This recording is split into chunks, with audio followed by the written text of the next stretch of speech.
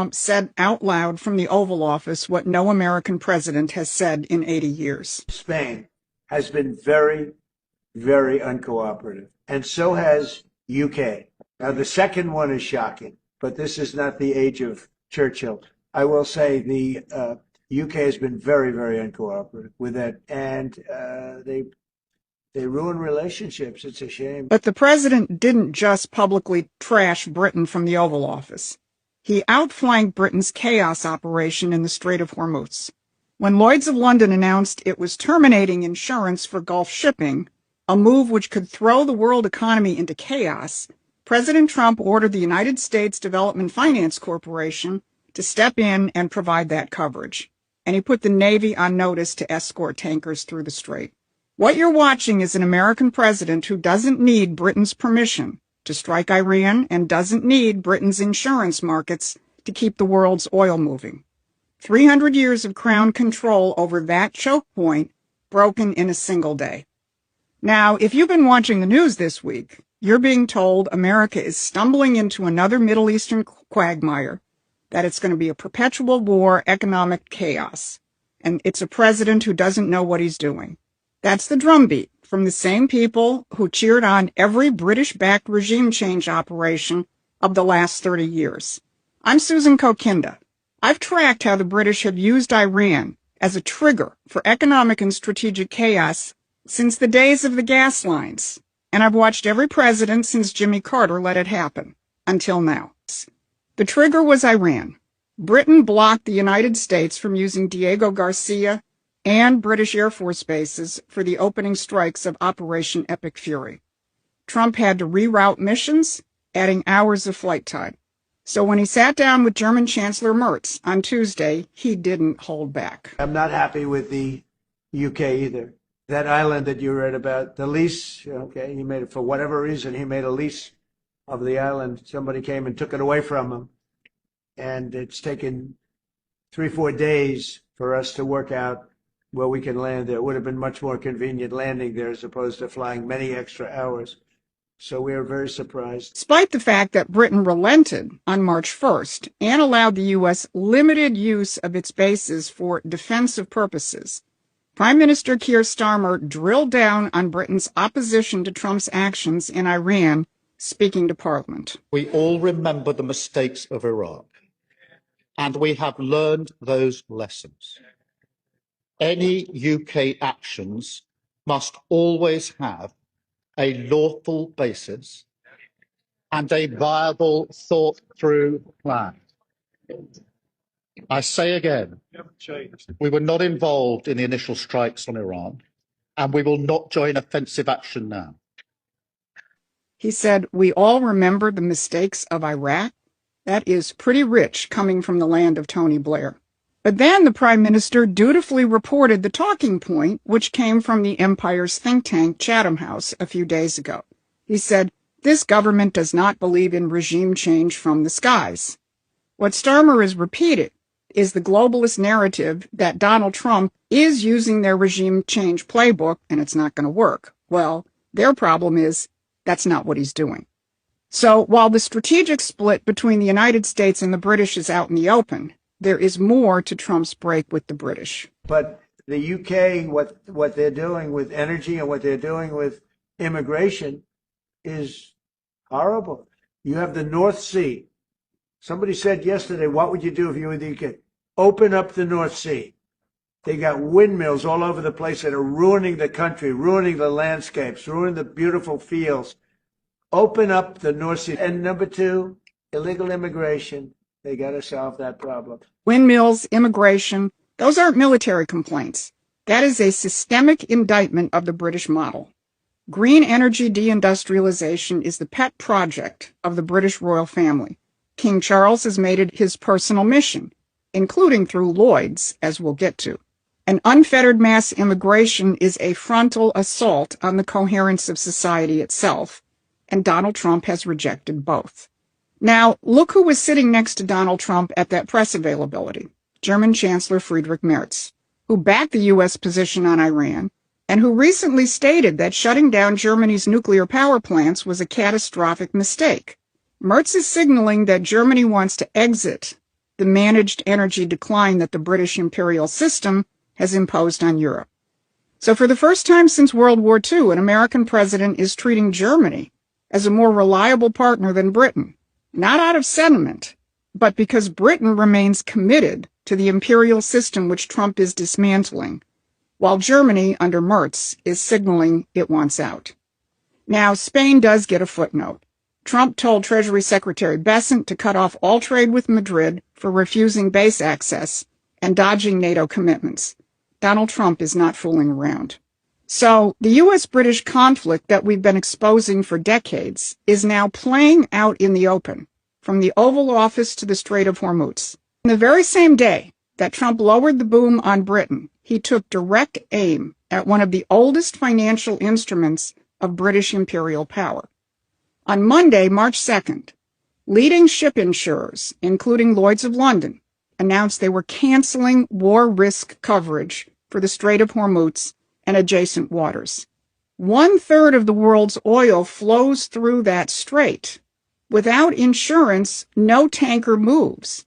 Without tankers, the global economy starts to tremble. The Strait of Hormuz isn't just a shipping lane, it's the jugular of the global energy economy. And Lloyd's of London has been the gatekeeper for 3 centuries, deciding who gets coverage and who gets shut out. Now don't take my word for it, take theirs. When King George V laid the foundation stone of the Lloyd's building back in 1925, he called it the embodiment of the highest qualities of British commerce. And he said that Lloyd's services, quote, all maritime peoples who are in peace and amity with the British Empire. In peace and amity with the British Empire. Did you catch that? In other words, you get coverage if the Crown approves of you, and suddenly Lloyd's is pulling insurance from a war zone. That doesn't look like risk management. That looks like a weapon. And Lloyd's continues to flaunt its ties to the royals, dedicating a whole section of its website to royal moments. Not only that, Lloyd's has been the enforcer of the green agenda. In 2021, then Prince Charles showed up at Lloyd's to launch his Sustainable Markets Initiative Insurance Task Force, his vehicle for using the global insurance market to enforce the climate agenda on every nation on Earth. The same green agenda that Trump has been systematically dismantling. So when Lloyd's pulls war risk management on the Strait of Hormuz, that is not a neutral actuarial decision. That is the Crown's financial instrument deciding who gets to move energy through the world's most critical choke point. Donald Trump broke that control yesterday when the president announced that the United States Development Finance Corporation would provide political risk insurance at very reasonable prices for all ships traveling through the Gulf, and that the Navy would escort tankers if needed. He concluded by saying, the United States will ensure the free flow of energy to the world. This is big. The empire is no longer controlling that vital choke point. Now here's the final piece, and it's the one that ties the entire week together. While Trump was openly denouncing the British and replacing the king's insurance market, Iran was doing something no American diplomat had achieved in 50 years of trying. It drove the entire Gulf Cooperation Council into an emergency session, which came out with a joint statement of condemnation of Iran. Iran has attacked nations that had been mediating between itself and the U.S. The Gulf nations of Qatar, Oman, Kuwait, the UAE, Saudi Arabia, and Bahrain had chosen restraint and diplomacy over escalation, right up until the moment Iranian missiles started hitting their hotels, their airports, and their residential neighborhoods. President Trump took note. The president telling me, quote, we were surprised. We told those countries, the president telling me, quote, we were surprised. We told those countries, we've got this, and now they want to fight. And they're aggressively fighting. They were going to be very little involved, and now they insist on being involved. The Iranians, the president said, quote, shot into a hotel. They shot into an apartment house. It just made them, meaning the Arab countries, angry. They love us, but they were watching. There was no reason for them to be involved, unquote. Even globalist institutions like the Atlantic Council recognized the dramatic shift underway with a March 2nd headline that read, "The Gulf that emerges from the Iran war will be very different." This is not coincidence. This is a realignment in keeping with what President Trump is building with the Abraham Accords and the Board of Peace. The empire has spent decades and decades keeping the region divided and dependent on its political and economic framework. The Accords and the Board of Peace were shutting down that game. And now Iran's missiles have accelerated the next phase, driving the same Gulf sovereign nations that signed or were on the verge of signing the Abraham Accords into a de facto military alignment with the United States out of the simple need to defend themselves.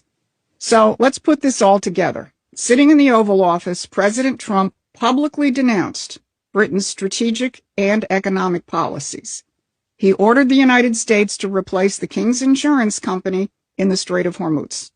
And Iran's own missiles drove the entire Gulf into Trump's arms, building the sovereign nations coalition that the old imperial system was designed to prevent. The old order will not go quietly.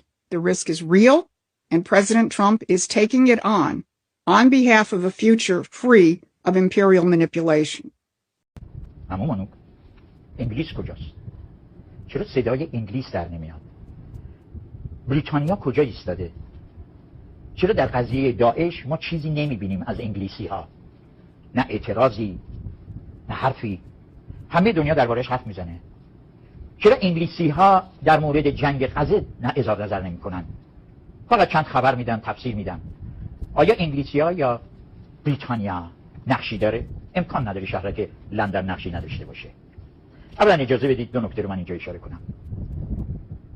3 سال پیش مطلبی بود آقای به نام فرانکلین لا منتشر کرد در فورین پالیسی جورنال. برید مطالعه کنید. نوشت یک گزارش محرمانه‌ای منتشر شده در 82 صفحه. 16 نهاد اطلاعاتی و امنیتی و پژوهشی آمریکا درش حضور داشتن. بررسی آنها این است که خاورمیانه پس از اسرائیل چگونه خواهد بود. متوجه شدید چی گفتم؟ خاورمیانه پس از اسرائیل. آیا قراره زیرا به اسرائیل رو بزنن؟ بله. کتابی منتشر شد یعنی وقتی در آغاز میام یک مأمور MI6 سرجاسوس انگلیسی ها که در 8 کشور آفریقای جنوبی، ایرلند، همه جا خدمت کرده، حتی روسیه، و نقش اساسی در لبنانه، هنوزم یک مرکز مطالعاتی داره. لطفا همون چیز الکسل کوکو بذاری اینجا. این یک کتابی نوشت، نگاه کنید، تیتر اهمیت داره. اسنس یعنی ذات، جوهر انقلاب اسلامی ایران چیه؟ انقلاب شیعه سرخ جوهرش، ذاتش چیه؟